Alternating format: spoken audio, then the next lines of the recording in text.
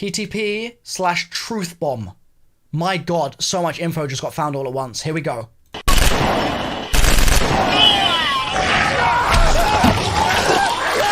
Oh my God. Oh my God. Hi guys, MrRoflWaffles here. If you're watching this as a video, I've just recorded it in my stream. There's been a huge amount of Cold War Zombies info that's released today, and we're going to be running through absolutely everything from the new videos that we've got to new audio, stuff talking about the story, confirmation that Jug's returning as everyone expected, and just a whole bunch more stuff. Lots of exciting things have come out today. So it started off on PTP with this. The YouTubers that got sent crates by Activision put these codes in, they got some images, and that all eventually led to this site, ptp.com/kinghunt. There are multiple things on this page that we need to pay attention to, okay? The first is this camera. The camera has some dude shaking hands with some other dude. Looks really cool to me. I love the visual style that they're going with here. I just think it looks great. This is kind of spooky. In the background, it kind of looks like there's like a dude in a suit or something that's like kind of ghosty in the back there watching over everyone, but these soldiers are going to be important. We're going to come back to them later, okay? We also on this page have this tape. This tape is talked about in audio that's also on this page that I'll play for you in a second. The translations of all this, I believe, says something like last station, final station, end station, something along those lines.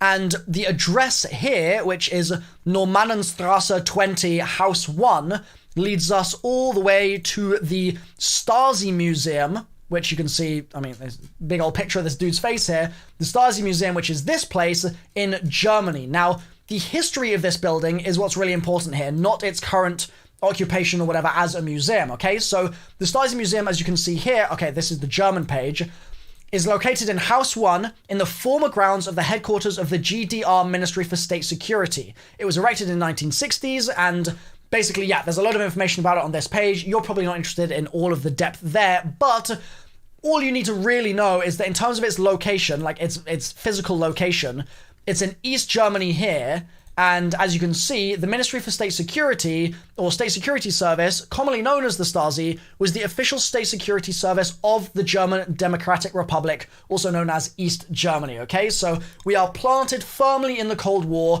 with the fact that this tape right here is being sent to the headquarters of the Stasi in East Germany, okay? The tape is talked about in this tape, so I'm going to play that tape for you right now. Don't speak. Just listen. They know what you did. They're on their way to you right now. So if you want to live, don't waste time being sentimental. The cat will be fine. The only thing that matters is the tape.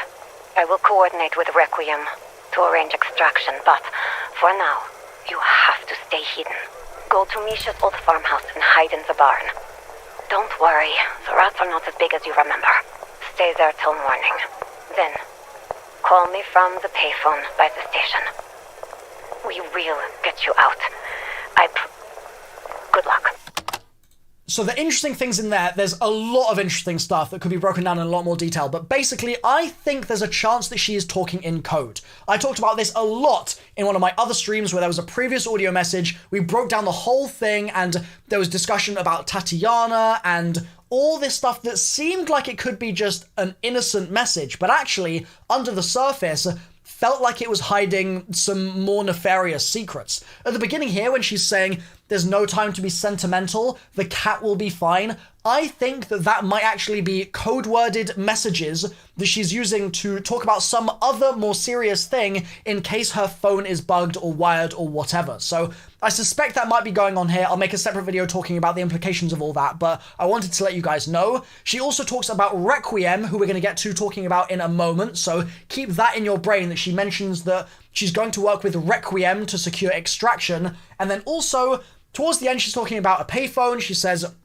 I promise, oh wait, no, I can't promise that we're going to save you, but it's interesting because people have been making links between what she's been saying on that message and things in transit, weirdly enough, like the fact that she's going to the farmhouse and things like that. Maybe there's some kind of tenuous links there. I figured it would be worth mentioning. Then we get to this. This is a video that is, again, PTP focused, and I mean, I'm just going to play it for you now. You can get the gist of what's going on here. A philosopher once said that war is an ugly thing, but not the ugliest of things. If you're watching this, then you already know how twisted things can become. Research, experiments, particles, and all these grossly simplistic words meant to confuse and then ask someone to think of atrocities. Is the king of our humanity on full display? Maybe some things should stay real. So that, I think, is intended to kind of mark the fact that we're getting towards the end of the whole PTP saga, and it gives us another website at the end, Truth Bomb. This is the Truth Bomb website, okay? It's a video that I'm not going to play here. I'm going to play it in Premiere because it's going to be much better quality, but note 10 a.m. Pacific, September 30th. That's the date that the full trailer is going to be coming out. This teaser, though, we can play right now. 3, 2, 1, let's begin.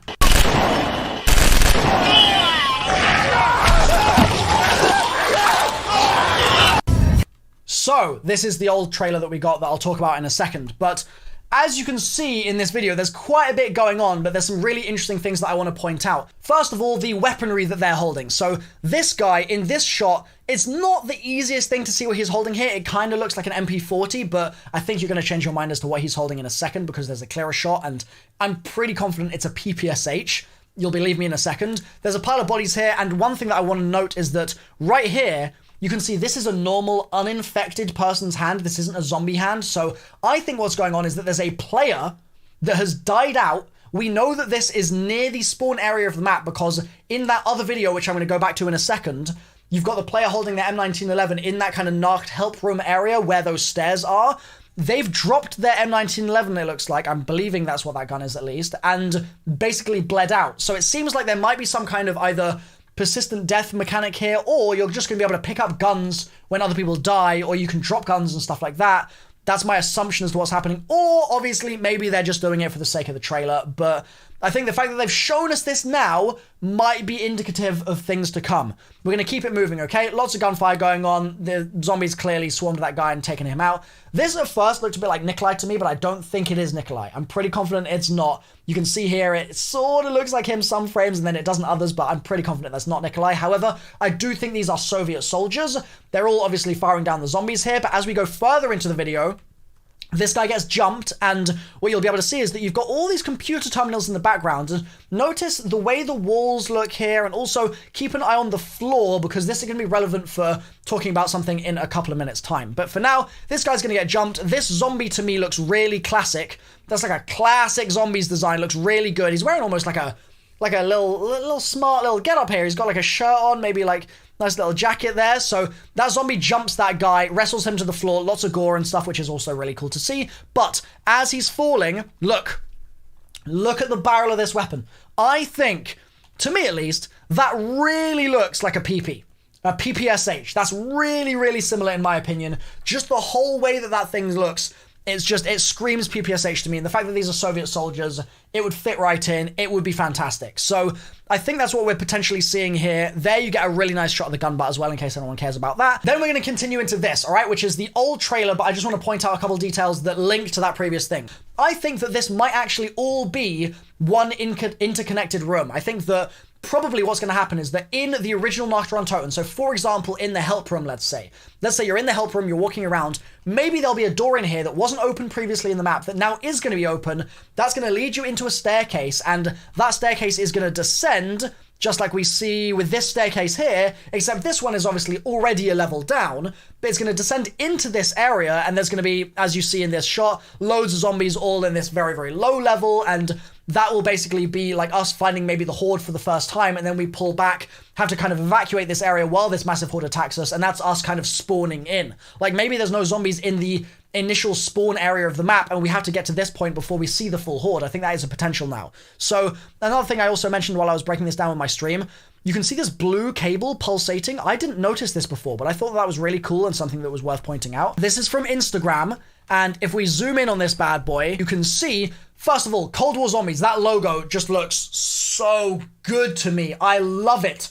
I love the way the logo looks. I think it looks absolutely fantastic. But you've got symbols in the background that need to be pointed out, and if you go to this video, you can actually see those symbols more easily. So the first one we're going to take a look at is this. This, to me, looks like a Soviet cosmonaut. Looks like they've got a kind of helmet type thing here. Note a couple of details. First of all, the circle on their chest, then also the V zips that they've got going on here, the way their glove is handed, their hand is gloved, sorry. All of this. Now compare it to this. Don't you think circle on the chest, V zips, that whole sort of spherical dome helmet type shape? Don't you think this looks like a Soviet cosmonaut? This was tweeted to me by Mr. Pac-Man, so thank you for the image. I think they look really, really similar, okay? These rockets appear to be linked to Project Mercury. Project Mercury has been mentioned in the zombie storyline before. If you know the story of Ascension, Gersh working on Project Mercury, all the stuff happening there with Yuri, all of that, that's old school zombies history now, but we've got a new history coming, which I'll get to in a moment. Project Mercury, in terms of the Cold War, is referenced, as you can see here. Project Mercury is the first human spaceflight program of the United States running 58 through 63. An early highlight of the space race, its goal was to put a man into orbit and return him safely, ideally before the Soviet Union. So we're seemingly focusing really hard right now on the fact that you've got the Soviet Union and you've got the United States of America battling out in a space race. They're going for power. They are trying to take control of the entire race. Also, by the way, I think that people probably from my stream want me to mention that it kind of looks like there's a monkey on this guy's shoulder. Like, that kind of looks like a monkey head. Anyway, you've got this battle for power going on, this arms race, and what do we see then come in? We see the guy get zombified, literally. It looks like there's like a hole in his chest here. You've got all sorts of scraps on his uniform. His arm looks all zombified. It looks absolutely mangled. And in the background, as you can see on this image more clearly, you've got the Juggernog soda logo in the back and the top, right? Which is really, really cool. Look at this poor man's teeth. Despite the fact that he's become a zombie, he's still got those pearly whites, dude. Respect for that. Yellow glowing eyes, which we also saw, I'm sure you'll remember in this. Note the yellow glowing eyes here. Yeah, OG looking zombie, right? So we've got yellow glowing eyes, Juggernog soda logo, and then this I couldn't quite make out at first, but to me, this looks like the hammer and sickle. This was something that we figured out with my chat, so thank you to them for helping me with this. But if you look up the Soviet hammer and sickle, and also if you go back to the beginning of before it does these sort of stripe animations, you can see that it's basically the Soviet hammer and sickle here is what you're looking at. But there's this Omega symbol, which is really interesting because if you go on the site for Project Mercury, what do you see? You see the Omega symbol upside down as part of this other thing, this like sort of like cross-looking thing with, a 7, but upside down it would look more like almost like a handle, right? So that's maybe just a coincidence, but maybe there's a link there. Maybe that ties into something, right? The main thing that's interesting is that Omega symbol has appeared already on stuff that we got last week from Porn Takes Porn. I got an entire stream segment dedicated to the fact that there was this Omega on the corner of a map. We were looking at the blast radius of a potential Tatiana like Fat Man inspired nuke that could have been being assembled or something like that, and the radius matched the radius of the circle that they had drawn on the map. Like, it was all lining up really, really well, and Omega was on that map, so it was an Omega document, and now we're seeing Omega once again here, and we've got our boy who looks sort of similar to Hudson getting zombified. What is going on? Well, if we go back to the audio, you'll remember I mentioned Requiem earlier, right? My working theory is that Requiem might be this group. This could well be the Requiem group, who previously would have basically been Group 935, but they've been repurposed now or renamed as Requiem, and they're going to be intimately involved in not only the space race, the stuff that we were seeing in the bottom right-hand corner of the screen earlier, but also in the arms race of creating nuclear weapons, because we know that the stuff that I mentioned in that previous stream, the whole VOD's on my channel if you want to watch it, the stuff that Theodore Hall was mixed up with, stealing nuclear secrets from the US and giving them to the Soviet Union, all ties in really, really importantly with this game. It's all linked with Perseus, who's a really key figure, Mlad, all of that stuff. It's all super relevant. So it's seeming to me like they, Requiem that is, might well be involved in arms creation as well as just the actual act of getting up into space for the space race and Project Mercury.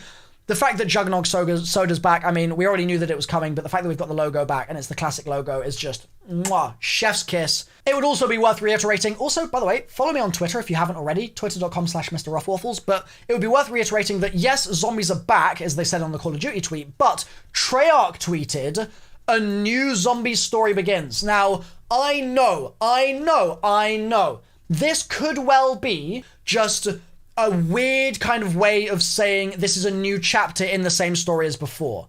But I think it's totally reasonable to think maybe what we're actually seeing here is the fact that they are actually starting the story again. They could genuinely be doing that. We could be going to Nacht Toten, but this could have nothing to do with the previous story. There could be no Dark Ether, there could be no Primus, no Ultimus, no Victus, no Tag der Toten ending, nothing. That could all be gone, and they could instead be saying, we're going to take elements that you already knew about from the previous story, and we're going to put them into this new story in a way that we think makes more sense than the way we did it the first time round. That could be what's going on here. If they're saying it is a new zombie story, like I said, it could also just as easily be that they're just meaning a new chapter, right? Like, the previous zombie story, was the Ether story, and the new zombie story is the Dark Ether story, which is just a direct continuation, right? That is something they could do too, but I think just the way that this is worded makes me think, wow, what if they do repurpose all that old stuff and, like, they introduce Richtofen in a year's time or in 2 years' time or something, and he becomes a character in this story, but they've taken the time to flesh out his character and build him first, rather than just jumping in and putting him in Shinonuma straight away like we had originally with the zombie story, and having to sort of figure out who he was from there. Like, they could do the work first, and then reveal it in story form, and thus tell a much more cohesive story. Maybe. It's a possibility. I think that would be amazing. But again, it could go either way here. I'm reading a lot into a single sentence. One last thing also that my chat really wanted me to mention. I can't really tell what we're seeing here, but this could be the Juggernog machine, okay? To me, as this scrolls past and you see through this doorway, I think it's literally there for like 2 frames. That could be the Jug machine. It's very small, so I'll make it big for you live on video. What do you think? Is that the Jug machine? To me, it looks like it could be, but I don't know. Let me know if you think it is or isn't in the comments down below. My chat thinks it is, but I'm hesitant to sort of go out and claim it too quickly because I want to hear what you guys think in the video comments section first as well. There's also this. Now, I'm trying to figure out how this connects to the rest of the story, especially this guy in the back, dude. Does anyone have any idea how he's gonna tie in with Nacht Toten zombies? Leave your thoughts in the comments down below. The last thing I want to just quickly bring up is this. This is the old Nacht loading screen from Black Ops 1. Obviously, there's been a lot of debate about this for a long time, but we've got a shadowy figure here. There's been a lot of people suspecting that this is, I mean, various different characters in the story, but if we go back to this, you can also see kind of shadowy figure here. People have been drawing kind of correlations. Personally, I don't really buy it, but there is some kind of shadowy figure here that you can see with the hammer and sickle and stuff while this is zoomed out. That brings me to the end of this video. If there's been anything that you have more questions on, leave it as a comment down below. And yeah, I'm basically really excited to make more zombies content for you in the coming days, weeks, months, years. Make sure you're subbed, make sure you've liked the video, all that good stuff. There's a lot on the way, huge amounts to break down. I can't wait. See you soon.